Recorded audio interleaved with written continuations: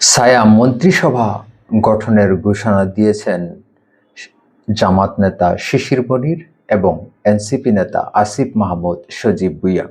সামাজিক যোগাযোগ মাধ্যমে ফেসবুকে এ ঘোষণা দেওয়ার পর রাজনীতির আলোচনার পালে নতুন করে হাওয়া বইতে শুরু করেছে। অনেকেই জানতে চাচ্ছেন আসলে ছায়া মন্ত্রিসভা কি, বাংলাদেশের প্রেক্ষাপটে এর কার্যকারিতা কতটুকু। বিশ্ব রাজনীতিতে ছায়া মন্ত্রিসভা ওয়েস্টমিনস্টার ধারার সংসদীয় ব্যবস্থা পরিচিতি ধারণা। বিভিন্ন দেশে বিরোধী দলগুলো নিজেদের ছায়া মন্ত্রিসভা ঘোষণা করে।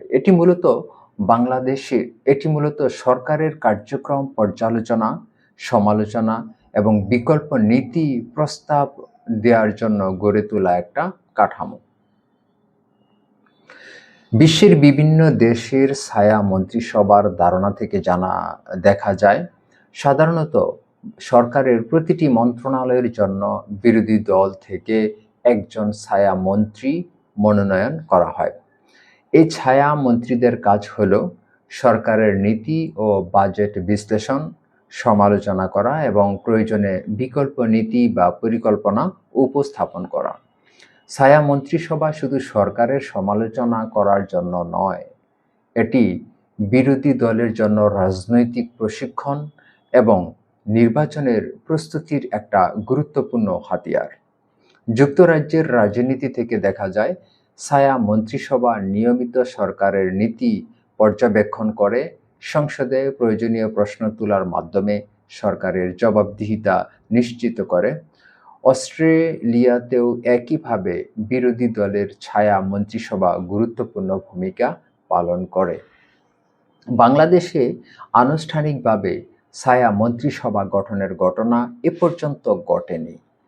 প্রচলিত কাঠামোতে ছায়া মন্ত্রিসভা গঠনের কোনো সাংবিধানিক বাধ্যবাধকতাও নেই।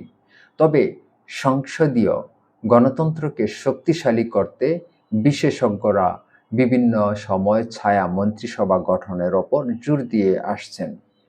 রাজনৈতিক বিশ্লেষকদের মতে, বাংলাদেশের রাজনৈতিক অঙ্গনে ভবিষ্যতে এই কাঠামো গুরুত্বপূর্ণ হয়ে উঠতে পারে, বিশেষ করে যখন ক্ষমতায় থাকা দলগুলোর নীতি পর্যবেক্ষণ জটিল হয়ে ওঠে।